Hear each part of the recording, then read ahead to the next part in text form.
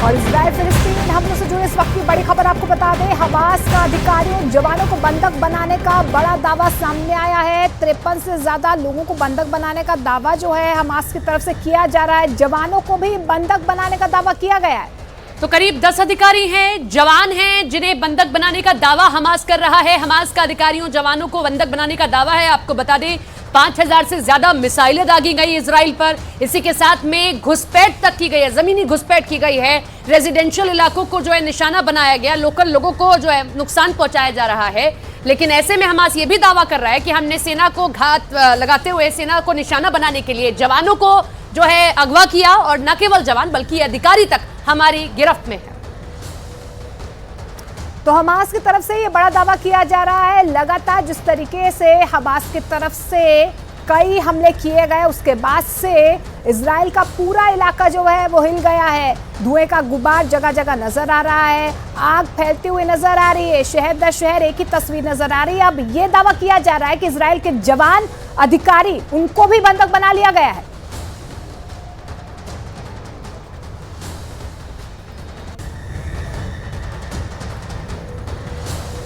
जिस हमास ने बंधक बनाया है उस हमास की कहानी आपको बताते हैं। यह नाम पूरी दुनिया के सोशल मीडिया पर इस वक्त ट्रेंड कर रहा है।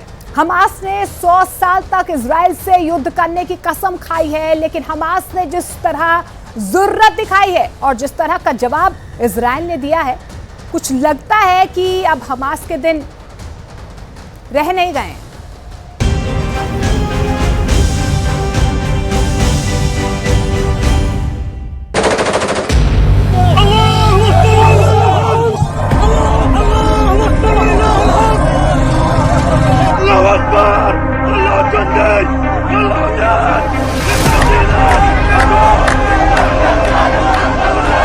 पूरी दुनिया में इस वक्त सिर्फ एक ही नाम की चर्चा है, हमास।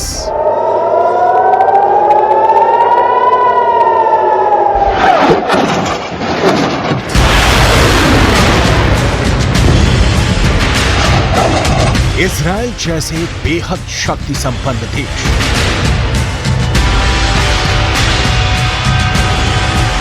जिसकी सीमाओं पर परिंदा भी पर नहीं मार सकता है और जिसके आकाश को आयरन डोम के कवच से सुरक्षित माना जाता है,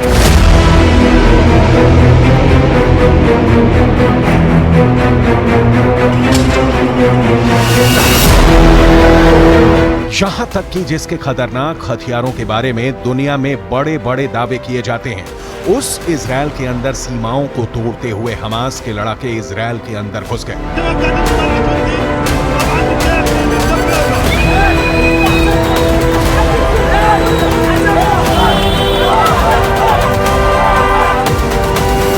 हमास का यह हमला बेहद सफल साबित हुआ। इजराइल पर 7000 से ज्यादा रॉकेट हमले कर दिए गए। हमास के आतंकी इजराइल के कई नागरिकों को कैद कर गाजा भाग गए।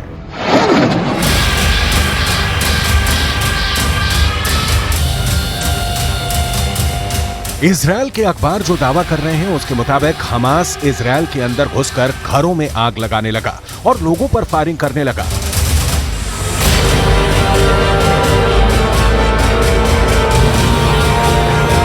इतना बड़ा हमला कि चंद घंटे बाद इजराइल के प्रधानमंत्री का बयान आ गया, इजराइल के रक्षा मंत्री का बयान भी आ गया और इजराइल की आर्मी ने ऑपरेशन आयरन स्वॉर्ड शुरू कर दिया, जिसके बाद हमास के ठिकानों पर बमबारी शुरू हो गई।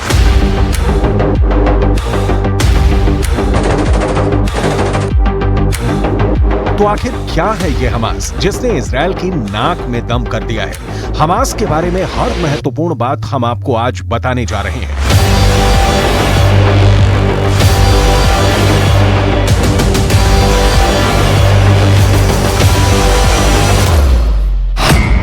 हमास एक अरबी भाषा का शब्द है जिसका अर्थ है उत्साह। हमास का पूरा नाम है शरकत अल मुकावामा अल इस्लामिया। इसका अर्थ है इस्लामिक प्रतिरोध आंदोलन। हमास का लक्ष्य है वेस्ट बैंक और गाजा पट्टी में एक स्वतंत्र इस्लामी राज्य की स्थापना। 1987 में हमास की स्थापना हुई थी और इसकी स्थापना के पीछे भी एक इतिहास है।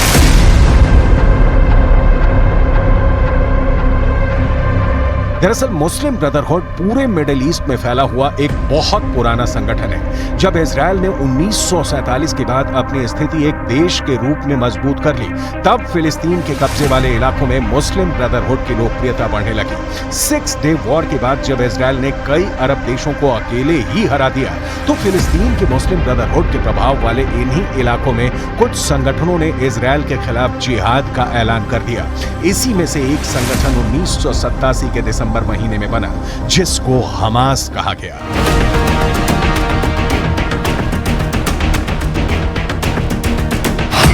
(1988) के चार्टर में हमास ने कहा कि फिलिस्तीन एक इस्लामी मातृभूमि है जिसे कभी भी यहूदियों को नहीं सौंपा जा सकता है, और इजराइल से फिलिस्तीन का नियंत्रण छीनने के लिए पवित्र युद्ध यानी जिहाद छेड़ना फिलिस्तीन के लोगों के लिए एक धार्मिक कर्तव्य है।